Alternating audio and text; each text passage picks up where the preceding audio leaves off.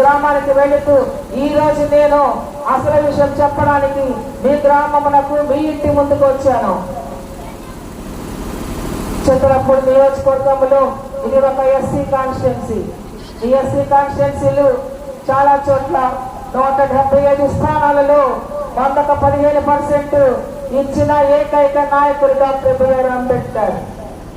రాజ్యాంగ పరముగా ఎస్సీలకు సీట్లు కేటాయించింది డాక్టర్ బిఆర్ అంబేద్కర్ మాత్రమే. డాక్టర్ బిఆర్ అంబేద్కర్ చరిత్ర చెప్పాలంటే రోజులు చాలవు, కానీ ఓటుకు సంబంధించిన ఈ విషయాలు మాత్రం మీ ముందుకు చెప్పడానికి మీ ముందుకు వచ్చాను. చింతలపూడి నియోజకవర్గంలో దాదాపు 2,72,000 మంది ఉన్నారు. ఈ 2,72,000లో కేవలం దళితులు, దళిత క్రైస్తవులు 1,00,000 మంది ఉంటే, 25,000 ఎస్టీలు ఉంటే, మిగిలిన వర్గాలు అన్ని కులాలు కలిపి 1,40,000. అయితే ఇక్కడ చెప్పవలసిన రహస్యం ఏంటంటే, ఈ రోజున భారతదేశంలో స్వాతంత్రం వచ్చి 77 సంవత్సరాలు అయిపోయింది. ఈ 77 సంవత్సరాలలో 13 మంది ముఖ్యమంత్రులు పరిపాలించిన అనంతరం రాష్ట్రం విడిపోయే పరిస్థితి వచ్చింది. రాష్ట్రం విడిపోక ముందు ఇక్కడ కాంగ్రెస్ నుంచి ఒక ఎమ్మెల్యే పోటీ చేశాడు. అంటే చింతలపూడి నియోజకవర్గంలో ఎస్సీ కాన్స్టిట్యున్సీ అయిన తరువాత మన మొట్టమొదటి ఎమ్మెల్యే కాంగ్రెస్ నుంచి మాత్రమే వచ్చారు. రాష్ట్రం విడిపోయిన తరువాత మన మొట్టమొదటి ముఖ్యమంత్రి చంద్రబాబు నాయుడు గారి హయాంలో ఒక ఎమ్మెల్యే వస్తే వైఎస్ఆర్ హయాంలో ఇంకొక ఎమ్మెల్యే వచ్చారు. అంటే చింతలపూడి నియోజకవర్గంలో ఎస్సీ కాన్స్టిట్యున్సీ అయిన తరువాత కాంగ్రెస్ నుంచి ఎమ్మెల్యేని చూసాం, తెలుగుదేశం నుంచి ఎమ్మెల్యేని చూసాం, వైఎస్ఆర్ నుంచి ఎమ్మెల్యేని చూసాం. కానీ ఈ రోజు వరకు అన్ని వర్గాల ప్రజలు, పేద ప్రజలతో పాటు ఎస్సీలుగా ఉన్న ఈ 1,00,000 మంది కూడా ఎప్పుడు జెండాలు పోయినవే తప్ప ఈ రోజు ఒక అధికారం ఉంది. డాక్టర్ బిఆర్ అంబేద్కర్ ఎవరి ముందు చేతులు చాపి గాని చేతులు కట్టుకొని నిలబడలేదు. డాక్టర్ బిఆర్ అంబేద్కర్ చేతులు కట్టించుకునే స్థాయి డాక్టర్ బిఆర్ అంబేద్కర్ నేర్పించారు. స్వాతంత్రం వచ్చినప్పుడు, స్వాతంత్రం రాకముందే ఈ దేశాన్ని బ్రిటిష్ వారు పరిపాలించారు. అంటే క్రైస్తవులు పరిపాలించారు. ఆ రోజు క్రైస్తవ ప్రభుత్వం కాబట్టే ఇన్ని వేల మంది క్రైస్తవ చర్చిల్లో ప్రార్థన చేసుకుంటున్నారంటే, చర్చిల్లో ఉన్నారంటే, చర్చిలతో పాటు అన్ని చోట్ల అనాథ ఆశ్రమాలు, వృద్ధుల ఆశ్రమములు, ఇలా ఎన్నో బాలబడిలు, అంగన్వాడీలు ఇవన్నీ పెట్టింది బ్రిటిష్ గవర్నమెంట్ మాత్రమే. ఈ బ్రిటిష్ గవర్నమెంటే లేకపోతే ఇక్కడ క్రైస్తవ్యమే లేదు. క్రైస్తవ్యము ఈ రోజున క్రైస్తవులను కాపాడే ప్రభుత్వాలు ఇప్పుడు ఇక్కడ లేవు. అది ఆలోచించుకోవడం చెప్తున్నాను. క్రైస్తవులుగా ఉన్న మనము ఈ రోజు కేవలం బ్రిటిష్ గవర్నమెంటే లేకపోతే ఈ ఎవ్వరు క్రైస్తవులు లేరు. అందరూ హిందువులుగానే బతికే వాళ్ళం. హిందువులకు కూడా ఆలయ ప్రవేశము లేదు ఇక్కడ. అయినప్పటికీ క్రైస్తవులుగా మనకు వేల చర్చెస్ కట్టి అందులో సోమవారం నుండి శనివారం వరకు ఇంగ్లీష్ మీడియం స్కూల్ పెట్టి ఆదివారమే చర్చి నడిపించి ఈ రోజున ఎంత ఘనత ఇచ్చిన ప్రభుత్వం బ్రిటిష్ ప్రభుత్వమే. మనకేమి స్వాతంత్రం, ఇప్పటికీ స్వాతంత్రం రాలేదు. స్వాతంత్రం రాకపోవడం గల కారణం మనమే. ఇప్పుడు స్వాతంత్రం కావాలని కొంతమంది ప్రజలు స్వాతంత్రం తీసుకున్నారే తప్ప చాలా మందికి స్వాతంత్రం ఇక్కడ లేనే లేదు. డాక్టర్ బిఆర్ అంబేద్కర్ చదువుకున్న రోజుల్లో చిన్నప్పుడే చదువుకున్నప్పుడు ఆయనను కనీసం స్కూల్లో క్లాసులోకి రానివ్వని పరిస్థితుల్లో అంబేద్కర్ బయట వరండాలో కూర్చొని చదువుకున్నప్పుడు ఒక మాస్టర్ లెక్క చేస్తుంటే ఆ లెక్క తప్పు చేశారు. లెక్క తప్పు చేసినప్పుడు డాక్టర్ బిఆర్ అంబేద్కర్, మాస్టర్ మీరు తప్పు చేశారు, తప్పు కనబడుతుందనంటే ఆ తప్పు ఏంటో మాస్టర్కి అర్థం కాక ఏం తప్పు అని అనకుండా తెలివిగా మాస్టర్ లోనకొచ్చి ఈ తప్పును కవర్ చేయంటే వచ్చి తప్పును కవర్ చేసిన ఏకైక నాయకుడు డాక్టర్ బిఆర్ అంబేద్కర్ మాత్రమే. అయితే ఆ బోర్డు దగ్గర ఆయన లెక్క వేసినప్పుడు ఆ బోర్డు వెనకాల కొంతమంది అక్కర కులాల భోజనాలు ఉన్నాయంట. ఈ అక్కర కులాల భోజనాలు ఏం చేశారు, ఆయన పాపము లెక్క రాసేసి బయటికి వెళ్ళి అటువంటి చెట్టు కింద కూర్చుని భోజనం చేస్తుంటే అక్కడ కులపు వారు ఆ బోర్డు వెనకాల భోజనాలు మైలైపోయినాయని ఆ ఎంగిలి మీటికలు తీసుకొచ్చి డాక్టర్ బిఆర్ అంబేద్కర్ మొఖం మీద కొట్టారు. ఆయన బాధపడ్డాడు డాక్టర్ అంబేద్కర్. ఆయన బ్రాహ్మణుల్లోనే ఒక వ్యక్తి, నువ్వు బాధపడకు, నేను సపోర్ట్ చేస్తాను, నా ఇంటి పేరు నీకు ఇస్తానని చెప్పి ఈ రోజున డాక్టర్ బిఆర్ అంబేద్కర్ లో భీమరావు గారు ఆయన పేరు, అంబేద్కర్ ఒక బ్రాహ్మణుడి పేరు అది యాడ్ చేసి నా ఇంటి పేరు నీకు ఇస్తున్నాను, నువ్వు చదువుకో అని చెప్పిన ఒక బ్రాహ్మణుడే అంబేద్కర్కి ఇచ్చిన సహాయం. అయితే అంబేద్కర్ ఇక్కడ నుంచి చదువుకోవడానికి దూరదేశం వెళ్ళి ఈ రోజున దూరదేశంలో బరోడా దేశంలో న్యాయశాస్త్రం చదివి మరలా తిరిగి ఇండియాకు వచ్చారు. కానీ ఏ రోజు డాక్టర్ బిఆర్ అంబేద్కర్ పడిన కష్టాలు మర్చిపోనే లేదు. అయితే డాక్టర్ బిఆర్ అంబేద్కర్ ఈ రోజున మనం అందరం నాయకులుగా ఎంచుకుంటున్నాం, దండలు వేస్తున్నాం, వర్ధంతులు చేస్తున్నాం, జయంతులు చేస్తున్నాం. కానీ ఈ రోజు వరకు డాక్టర్ బిఆర్ అంబేద్కర్ యొక్క ఆశయమే నెరవేరలేదు. అయితే డాక్టర్ బిఆర్ అంబేద్కర్ ఇండియాకు వచ్చిన తర్వాత బ్రిటిష్ వారు అడిగారు, మీరు స్వాతంత్రం కావాలంటున్నారు, మీరు స్వతంత్రం కావాలంటే ఒక రాజ్యాంగాన్ని రాసుకోవాలి, మరి రాజ్యాంగం మీరు రాసుకోగలరా అని అడిగినప్పుడు 253 మంది కాన్ఫరెన్స్లు ఉన్నారు. వారిలో అందరు కుటుంబాలు ఉన్నారు, బీసీలు ఉన్నారు, ఓసీలు ఉన్నారు. ఎంతమందిలో ఏకైక నాయకుడు డాక్టర్ బిఆర్ అంబేద్కర్ 253లో లేచి నేను రాజ్యాంగం రాస్తానని చెప్పిన ఏకైక నాయకుడు డాక్టర్ బిఆర్ అంబేద్కర్ గారు మాత్రమే. సరే, ఎక్కడికో అవ్వలేదు. ఆయన రాస్తున్నప్పుడు కేవలం అంబేద్కర్ ఎస్సీల నాయకుడే అనుకుంటున్నారు. డాక్టర్ బిఆర్ అంబేద్కర్ కేవలం ఎస్సీ నాయకుడు కాదు. డాక్టర్ బిఆర్ అంబేద్కర్ యొక్క ఆలోచన విధానము ఇప్పటి వరకు అర్థము కాని పరిస్థితి మిగిలిన వర్గాలలో ఉంది. డాక్టర్ బిఆర్ అంబేద్కర్ ఒకనొక రోజున మనుధర్మ శాస్త్రాన్ని తగలబెట్టారు.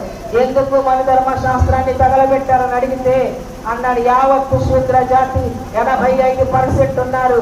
ఈ 85% మాకు ఆలయ ప్రవేశము లేనప్పుడు ఈ యొక్క మనుధర్మ శాస్త్రము నాకెందుకని తగలబెట్టాలని చెప్పితే ఆ రోజు నుంచి మాత్రమే ఇప్పుడు మీరు పోటీ చేస్తున్న వారికి ఓట్లు వేస్తున్న రెడ్డులు గాని, కమ్మలు గాని, కాపులు గాని, బీసీలు గాని వీరందరికీ ఆలయ ప్రవేశము ఏర్పాటు చేసిన ఏకైక నాయకుడు మాత్రం డాక్టర్ బిఆర్ అంబేద్కర్ గారు మాత్రమే. వారితో పాటు ఎస్సీలు కట్టరానితనము ఉంది, అయితే బీసీలు కట్టరానితనము లేదు.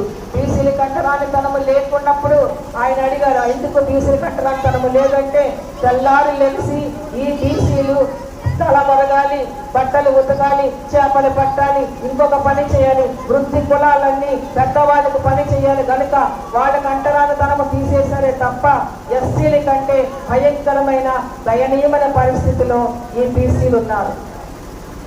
అటువంటి పరిస్థితుల్లో డాక్టర్ బిఆర్ అంబేద్కర్ జాలిపడి మీరు ఎస్సీల కంటే దయనీయమైన పరిస్థితిలో ఉన్నారు, మీకు నేను రిజర్వేషన్ రాస్తానని చెప్పి నా చెయ్యి అందిస్తున్నానని బీసీని అడిగితే నువ్వు ఎస్సీ వాడివి మేము ముందుకోమన్నారు. అయినా డాక్టర్ బిఆర్ అంబేద్కర్ రాజ్యాంగం రాశారు కనుక సమాజ స్థాపన కోసం ఆ కులము ఈ కులం అని చూడలేదు కనుక అందరికీ న్యాయం చేయాలనే ఉద్దేశంలోనే డాక్టర్ బిఆర్ అంబేద్కర్ విద్యాపరంగా ఉద్యోగపరంగా బీసీలకు రిజర్వేషన్ రాసి కేవలం ఎస్సీలకు మాత్రం విద్యాపరంగా ఉద్యోగపరంగాతో పాటు రాజకీయంగా రిజర్వేషన్ రాశారు. ఆ రాజ్యాంగమే అంబేద్కర్ రాయకపోతే ఈ రోజున చింతలపూడి నియోజకవర్గంలో ఎస్సీలు పోటీ చేయడానికి ఎటువంటి అవకాశము లేదని ఇక్కడున్న పేటవారు గమనించాలని అడుగుతున్నా. సరే, ఇక్కడ నియోజకవర్గాల్లో ఈ రోజున డాక్టర్ బిఆర్ అంబేద్కర్ రాజకీయంగా రాసిన ఎస్సీ సీట్లు ఉంటుండగా ఈ ఎస్సీ సీట్లలో చాలా మంది ఊహించుకున్నది ఎస్సీ సీట్లు ఎవరిచ్చారో తెలియదు, చదివి ఎవరిచ్చారో తెలియదు, ఎవరి అవకాశం కల్పించారో తెలియదు. చాలా మంది ఎస్సీలు బీసీ రిజర్వేషన్ పొందుతూ అంబేద్కర్ భిక్ష అనే విషయాన్ని మర్చిపోయారు.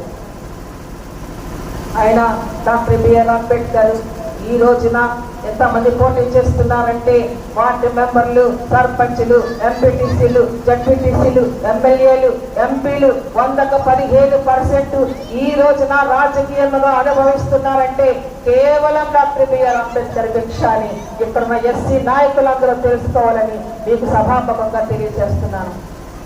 సరే, అసలు ఘట్టానికి వచ్చాను. ఈ రోజు చింతలపూడి నియోజకవర్గంలో ఇది ఒక ఎస్సీ కాన్స్టిట్యున్సీ.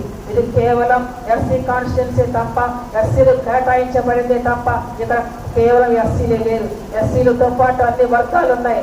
అంబేద్కర్ ఆలోచన విధానం ఏంటంటే ఖచ్చితంగా సమర్థవంతమైన ఎస్సీలు రిజర్వేషన్ ఇస్తే కొంత అయినా సమాజం బాగుపడుతుందని, వీరు కూడా ఎస్సీలు కూడా పని చేయగలరు, ఎస్సీల ద్వారా సమాజ నిర్మాణం వస్తుందనే ఆలోచనతోనే డాక్టర్ బిఆర్ అంబేద్కర్ ఎస్సీకి రిజర్వేషన్ ఇస్తే ఈ రోజున ఎస్సీ రిజర్వేషన్ పొందుతున్న వాళ్ళందరూ సమర్థవంతమైన ఎమ్మెల్యేలే లేరు. కేవలం బానిసలుగా బ్రతుకుతూ వాళ్ళ కింద చాటుగా బ్రతుకుతూ వాళ్ళు సీట్లు తీసుకుంటున్నారే తప్ప నిజంగా ఎస్సీలైన వారిలో సమర్థవంతులైన ఎమ్మెల్యేలు కానీ, సర్పంచ్లు కానీ, ఎంపీటీసీలు కానీ, జడ్పీటీసీలు కానీ ఈ రోజు సమాజంలో లేనే లేరు. సరే, ఇప్పుడు ఘట్టము ముగిపోతుంది. పోటీ చేస్తున్నారు అందరూ. ఎన్నికల్లో గెలవటానికి అందరూ ముందుకు రెడీగా అవుతున్నారు. అయితే చింతలపూడి నియోజకవర్గంలో 2,72,000 మంది ఓట్లు వేయాల్సి ఉంది. అయితే మీరు ఆలోచించండి, నేను ఏ ప్రభుత్వాన్ని తిట్టడానికి రాలేదు. ఇక్కడ 3 పార్టీలు ఉన్నాయి, కాంగ్రెస్, తెలుగుదేశం మరియు వైఎస్ఆర్సీపీ. స్వాతంత్రం రాకముందు మందాల రాజేష్ ఎమ్మెల్యే అయితే రాష్ట్రం విడిపోయిన తర్వాత తెలుగుదేశం నుండి వైఎస్ఆర్సీపీ నుండి కూడా ఎమ్మెల్యేలు అయ్యారు. ఈ 3 ఎమ్మెల్యేలు ఎప్పుడైనా ఎక్కడైనా అసెంబ్లీలో 3 కలిసి 3-5 సంవత్సరాలు అంటే 15 సంవత్సరాలు పరిపాలించారు తప్ప ఏ ఒక్క ఎమ్మెల్యే అయినా మాకు రోడ్లు లేవు, డ్రైనేజ్ సిస్టమ్ లేదు, నిరుద్యోగ సమస్య ఉంది, అంత పడకల హాస్పిటల్ లేదు, రాకపోకలకు వాహనాలు లేవు, పైప్ లైన్స్ లేవు, రోడ్లో ఉన్న చాలా చోట్ల స్ట్రీట్ లైట్స్ లేవు అని అడిగిన ఏ ఎమ్మెల్యే అయినా మీరు అసెంబ్లీలో వినడం జరిగిందా? ఈ రోజున మేము ఫిక్స్ అయిపోయాం, ఇది మా చుట్టాలు, మేము ఓటేయాలి అనుకుంటున్నారు. మీరే చుట్టాలు అనుకుంటే ఈ రోజున వైఎస్ఆర్ పార్టీలో అన్నా చెల్లెళ్ళు ఎవరు? ఈ రోజున అన్నా చెల్లెళ్ళు ఎవరు? మాట ఇచ్చేసాము, మేము ఓట్లేస్తామంటున్నారు. ఈ రోజున తెలుగుదేశం వాళ్ళు కాంగ్రెస్ లో తెలుగుదేశంలోకి మారిపోతుంటే కనీసం ఇప్పటికైనా మీ ఓటును మార్చుకునే పరిస్థితి ఈ రోజైనా మీ దగ్గరికి వచ్చిందని ఒక చదువుకున్న మహిళగా, ఒక దళిత మహిళగా మీకు మేల్కొల్పు చేయడానికి మాత్రమే నేను వచ్చాను. చంద్రబాబు నాయుడు గారు ఈ రోజున ఎస్సీలో మాలలు ఉన్నారు, ఎక్కువగా మాదిగలు ఉన్నారు. ఎస్సీ ఉన్నారు, మాలలు ఉన్నారు, మాదిగలు ఉన్నారు. దయచేసి ఒక మాట వినండి.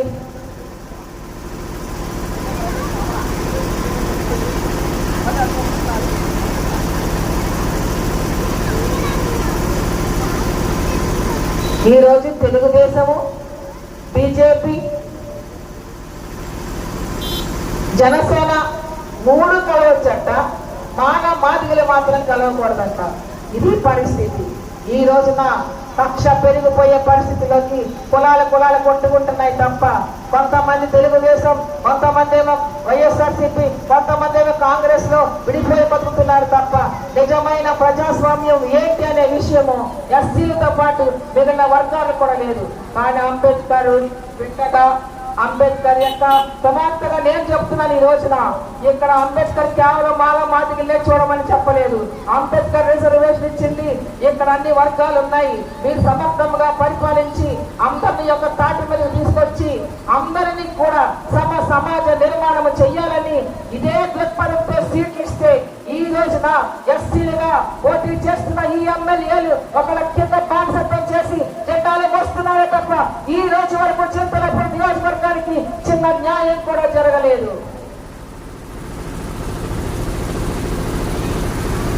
ఈ రోజు నేను చెప్తున్నా, ఇదే ఆఖరి అవకాశం. ఓటు మార్చుకోవాల్సిన బాధ్యత ఉంది.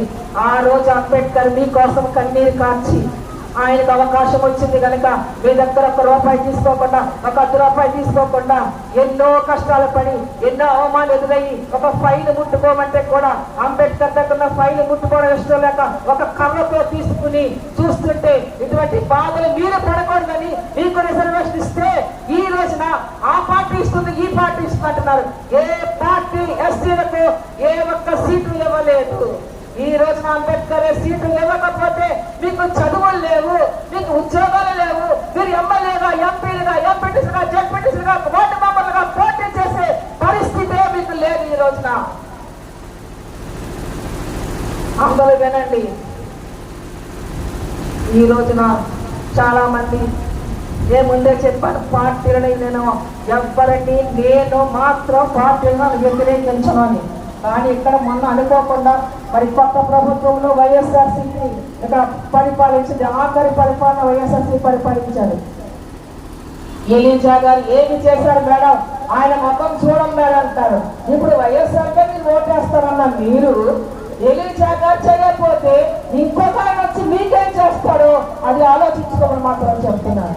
మన చంద్రబాబు నాయుడు గారు జన్మభూమి అంట, జన్మ అందుకని భూమి లేదు. ఈయన ఎక్కడ చేస్తారో నాకు అర్థం కావట్లా. ఇది పరిస్థితి చూస్తున్నారు కదా. ఎస్సీ ప్యాట్లు, బీసీ ప్యాట్లు, ఓసీ ప్యాట్లు ఇక్కడ లేదు. ఇక్కడ ఏ ప్యాట్లో కూడా రోడ్స్ లేవు, డ్రైనేజ్ లేదు. కనీసం నిరుద్యోగ సమస్య ఎక్కువైపోయింది. ఉద్యోగస్తులు ఉద్యోగం చేస్తుంటే ఈ రోజున ఉద్యోగాలలో కూడా జీతాలు లేని పరిస్థితి ఏర్పడుతుంది. ఒకటే చెప్తున్నా, ఎంత చెప్పినా మనుషులు మారుతారనే వచ్చాను. ఈ రోజున అన్ని కులాలలో మహిళలకు పరిస్థితి బాగోలేదు. ప్రతి గ్రామంలోనూ కుటీర పరిశ్రమలు ప్రభుత్వం ఇవ్వాలి.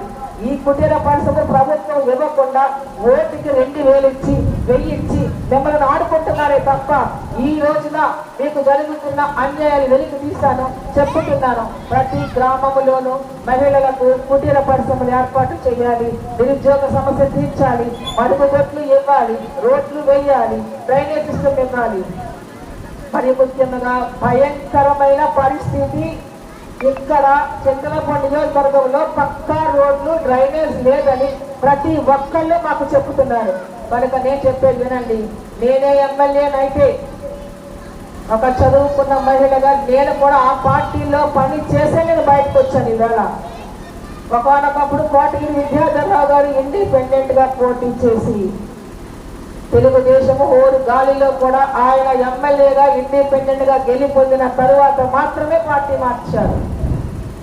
ఇదే ఈ రోజు కూడా ఇండిపెండెంట్ లెక్కే గొప్ప అవకాశం చింతలపూడి నియోజకవర్గం ఇచ్చిందని నాకు తెలిసే ఈ రోజు కూడా అంబేద్కర్ బిడ్డగా అంబేద్కర్ ఇచ్చిన రిజర్వేషన్ తో నేను కూడా ఇండిపెండెంట్ గా ఈ చింతలపూడి నియోజకవర్గం నుంచి మీ అందరి దీక్షతో ఓటు వేయించుకుని గాజుగాస్తో మీరు ఓటు వేస్తానని లెక్కించుకుంటే నేనైతే ఖచ్చితంగా పక్కా రేట్లు వేస్తానని, డ్రైనేజ్ సిస్టమ్ కడతానని, ఖచ్చితంగా నిరుద్యోగ సమస్య తీరుస్తానని, రాకపోకలకు వాహనాలు ఇస్తానని.